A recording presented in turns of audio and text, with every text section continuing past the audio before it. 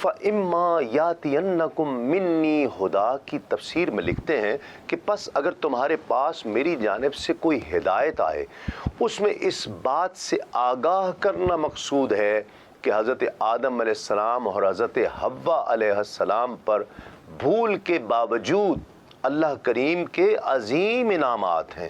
گویا اللہ کریم یوں فرما رہے ہیں کہ میں نے اگرچہ تمہیں جنت سے اتار دیا ہے، لیکن تم پر میرا انعام یہ ہے کہ میں تمہیں اس ہدایت سے سرفراز کروں جو تمہیں دوبارہ جنت کی طرف لے آئے گی، اور وہ آنا دائمی ہوگا۔ حضرت آدم علیہ السلام جنت میں کتنا عرصہ ٹھہرے، اس بارے میں بھی مختلف روایات ہیں۔ ابن کثیر رحمۃ اللہ علیہ لکھتے ہیں کہ حضرت ابن عباس رضی اللہ تعالیٰ عنہ سے مروی ہے کہ حضرت آدم علیہ السلام عصر کے بعد سے لے کر سورج کے غروب ہونے تک ایک ہی ساتھ جنت میں ٹھہرے۔ حضرت حسن رحمۃ اللہ تعالیٰ علیہ فرماتے ہیں کہ یہ ایک ساتھ 130 سال کی تھی، 130 ایئرز۔ ربیع بن انس رضی اللہ تعالیٰ عنہ نے کہا کہ 9ویں یا 10ویں ساعت میں آدم علیہ السلام کا اخراج ہوا۔ ان کے ساتھ جنت کی ایک شاخ تھی اور جنتی درختوں کا تاج سر پر تھا۔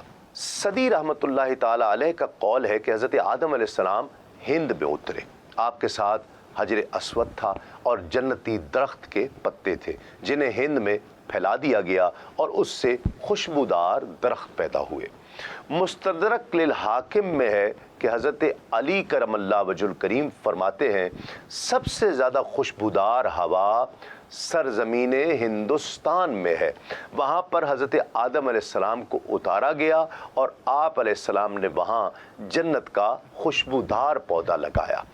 امام سیوطی رحمۃ اللہ علیہ نے حضرت جابر بن عبداللہ رضی اللہ تعالیٰ عنہ سے روایت کی ہے کہ حضرت آدم علیہ السلام جب سرزمین ہند میں اترے تو ان کا سر آسمان کو چھو رہا تھا۔ زمین نے اللہ کریم سے شکایت کی کہ آدم علیہ السلام بھاری ہیں۔ اللہ کریم نے اپنا دست قدرت آپ کے سر پر رکھا تو وہ 70 ہاتھ نیچے ہو گئے۔ آپ کے ساتھ اجوا، کھجور، ترنج اور کیلے اترے۔ جب زمین پر اتارے گئے عرض گزار ہوئے، اے میرے رب، تو نے میرے اور ابلیس کے درمیان دشمنی پیدا فرمائی ہے، اگر تو میری مدد نہیں کرے گا تو میں اس پر قدرت نہیں رکھتا۔ اللہ کریم نے فرمایا تیرا کوئی بچہ پیدا نہیں ہوگا سوائے اس کے کہ میں اس کے تحفظ پر فرشتہ مقرر کروں گا۔ عرض کی رب زدنی، اے میرے رب اس میں اضافہ فرمایا ایک برائی کے بدلے ایک سزا دوں گا اور ایک نیکی کے بدلے 10، بلکہ اس میں بھی اضافہ کروں گا۔ حضرت آدم علیہ السلام نے پھر عرض کی اے میرے کریم رب اس میں اضافہ فرمایا جب تک جسم میں روح باقی ہے توبہ کا دروازہ کھلا رکھوں گا۔ شیطان نے کہا اے اس بندے کے رب جس کو تو نے عزت بخشی ہے، اگر تو اس کے خلاف میری مدد نہیں کرے گا تو میں اس پر قادر نہیں ہوں گا۔ فرمایا اس کا بچہ ہوگا تو تیرا بھی بچہ پیدا ہوگا۔ شیطان نے کہا اس میں اضافہ فرما تو اس میں اس طرح گردش کرے گا جیسے خون گردش کرتا ہے، تو ان کے سینوں میں گھر بنائے گا۔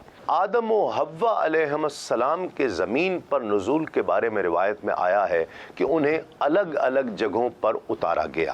ابن سعد، ابن عساکر اور علامہ خازن کی تفاسیر میں حضرت عبداللہ بن عباس رضی اللہ تعالی عنہما سے مروی روایت ہے کہ حضرت آدم علیہ السلام کو ہند میں اور حضرت حوا علیہ السلام کو جدہ میں اتارا گیا۔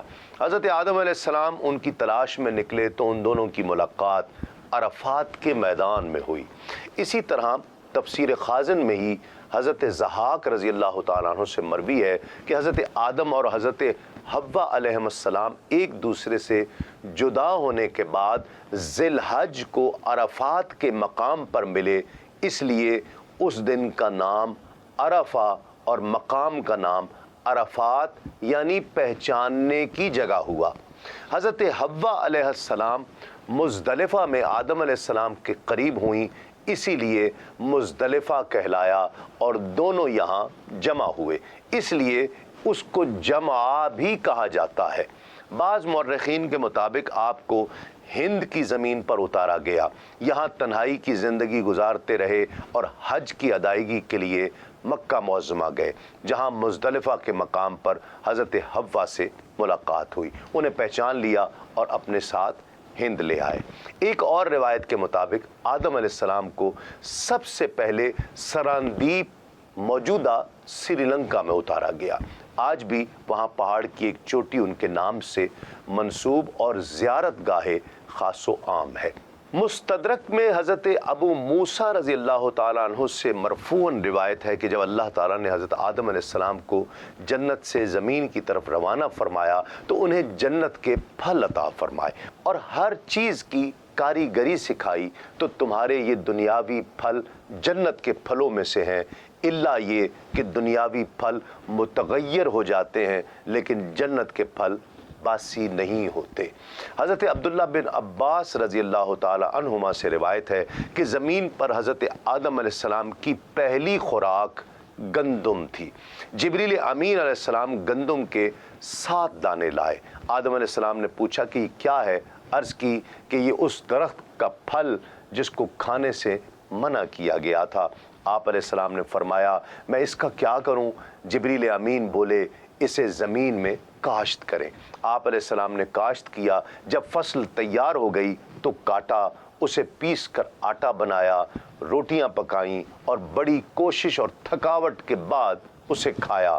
اسی لیے اللہ کریم نے فرمایا فَلَا يُخْرِجَنَّكُمَا مِنَ الْجَنَّةِ فَتَشْقَى، سو یہ کہیں تم دونوں کو جنت سے نکلوا نہ دے، پھر تم مشقت میں پڑ جاؤ گے۔ علامہ ابن کثیر رحمۃ اللہ علیہ لکھتے ہیں کہ زمین پر آدم علیہ السلام اور حوا علیہ السلام کا پہلا لباس مینڈے کی اون کا تھا۔ حضرت آدم علیہ السلام کے لیے اس سے جبہ اور سیدہ حوا علیہ السلام کے لیے قبا اور سر ڈھانپنے کے لیے ایک اوڑھنی تیار کی گئی۔